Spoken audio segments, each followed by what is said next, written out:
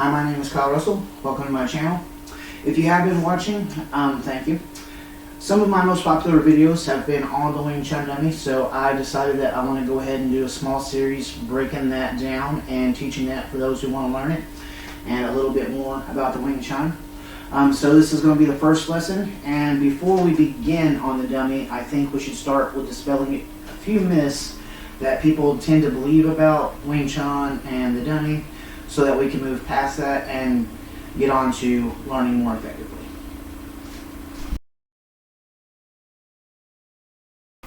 Okay, so the first myth I would like to dispel is that the Wing Chun Dummy spins. The only moving part on a Wing Chun Dummy is the arm, and it doesn't move much. It just has a pin that goes through the back and pulls. Normally, they're on a large frame that takes up a whole wall. They have been modified to take up less space where you can put weights in the back. Mine's just off the dummy on the floor, so it looks a little bit different. There are a lot of movies where they have altered the dummy to have spring-loaded parts, spinning parts, and things like that. It's not really recommended to do too much of that in Wing Chun because of the principles that are taught in it. You're supposed to be fighting a larger, stronger opponent, so you wouldn't want to be able to move it easily, because if you're able to move them easily, it's probably someone weaker than you. Whenever you've got someone bigger and stronger than you attacking you and you hit them, they don't move much. So you have to be a lot better at moving around them, which is one of the principles a fixed dummy forces you to work on. So the spinning parts, you got to remember that is theatrics. You can gain some advantage, but a lot of Wing Chun traditionalists would say stick with the dummy, the moving parts. Works in opposition to a lot of the theories for simplicity and the way that the dummy is supposed to work. So there is a legend that Wing Chun was developed by a girl of that name. Her name was Wing Chun, and she was going to be forced to marry someone she did not want to. So supposedly she made the arrangement that if she could train for a little bit and beat him in a fight, she wouldn't have to marry him. So they agreed to it. She trained for a little while. She came up with this style, and that's the legend of how it was created. There's not much to support the story. It's just a legend that got passed down. Research has shown that it's more likely it was developed in southern monasteries during warring states, whenever many kung fu practitioners and bandits were hiding out and trading ideas. The style was probably born there. The legend does have a little benefit in that most cultures then taught that men had a strength advantage to women, whether that be accurate or not. So we still try to incorporate that ideology of if this person's much bigger and much stronger than you are, would this technique still work? So if I'm looking at a style like Shotokan where they throw a punch and I step in and I slam my forearm against theirs, yes, it will stop their punch. That will work. But if my forearm is not very hard, that's going to hurt. It's going to cause me a lot of pain too. It gives them where they can easily grab a hold of me, and if they are bigger and stronger than I am, that puts me at quite the disadvantage. So instead, when working Wing Chun, I want to think this person is larger than I am, they're stronger than I am, so I don't want to meet force with force. Rather, I want to do techniques like the box style and moving to the outside of the push, because this is going to cover me. It's a pretty natural reaction to come up anyways, so it's not a big modification from your natural movement. It's not going to hurt a whole lot just turning, and then that redirecting with the push gives me two force multipliers to push, knock them away from me without any force meeting force. So a smaller person can do this on a much larger person without damage to themselves. And that's one of the principles you want to think of when practicing your Wing Chun techniques.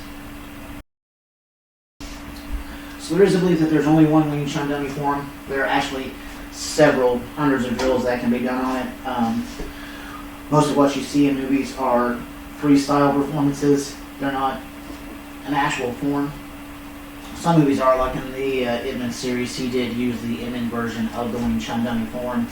I believe Ip Man himself re-choreographed what he learned to make it easier to learn. And there's another teacher that teaches a different version. It's the same up until part 5, and then after part 5 he does a lot more techniques with kicking and sticky leg techniques, which is another myth in Wing Chun, that it doesn't have kicks. A lot of people don't prefer kicks, and Wing Chun is often practiced for health, so the kicks are generally low and entangling, but there are indeed kicks in Wing Chun. One of my favorites is just the little hill stomp here. I call it an inverted hill stomp because that's what I learned it as in Kempo, and I use it both behind my leg, in front of my leg, and behind my leg is a hidden technique. Like if I miss a punch, but I see that their leg is there, I'll go ahead and get it, strike in on their shin or hurt their shin a little bit. So there is kicking in Wing Chun, and there are different versions of the Wing Chun Dummy form. So if you see someone doing the form different than you, don't instantly think, oh, they're wrong. Realize that there are alternate versions out there, and you should be aware of them, and it may be beneficial to learn one or two. I'm considering learning the other version just for more of the footwork, because I would like to learn it a little bit. Anyways, let's move on to the next myth. Okay, so the last myth is that Wing Chun is not practical. It doesn't work in real life. It's just a movie martial art. It's all it ever was. Bruce Lee couldn't really fight. He just did movies. He never competed. That's the whole myth. Because Bruce Lee doesn't have a lot of competitive, that's always going to be open to interpretation. People are going to make their own opinions on that. Obviously, he did have some skill and was a great actor, became a Kung Fu legend, and was able to do it for years. But if you look at his teacher, Ip Man used Wing Chun throughout his life. There was actually a story where a general pulled a gun on Ip Man, the teacher, and he was able to knock the cylinder out of the revolver with a Wing Chun technique before he got shot, because if the guy would have pulled the trigger, he would have died. Instead, he moved and was able to knock the cylinder out. They actually did put that scene in, I believe, the first Ip Man movie, but a lot of people didn't know that that was a real-world reference. That is a practical application of Wing Chun being used in real life. Ip Man himself had a very rough life, where he was a teacher, of this art, and he had several fights and several battles. Nothing like what the movies show, of course. They're very romanticized. But he did use it to defend himself and his family throughout his life and to keep himself in good health. So this theory that Wing Chun is not practical comes from it's not complete. It doesn't teach a lot of long-range kicking techniques. It doesn't teach what to do after you take a person down to the ground. Wing Chun is focused specifically on fighting in a close, trapping range with very few standing grappling techniques. So it is a limited style, but that does not mean it is not a practical style.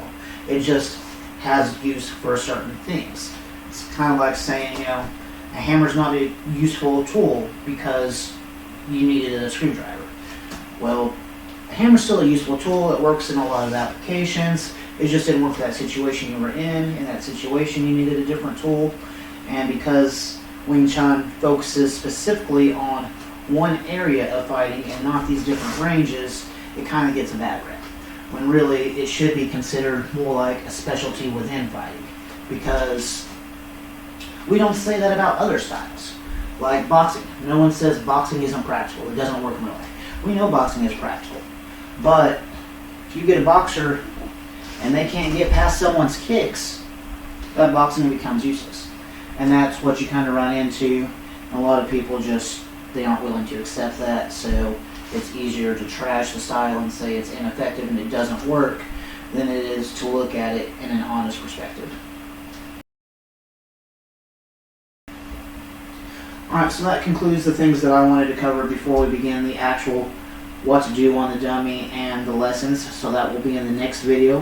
If you've not already seen my video on how to set the distance, please watch that. You can find it in my playlist on Wing Chun Dummy work. You can also see several examples of the form we'll be doing. So we'll begin that here soon. Thank you for watching.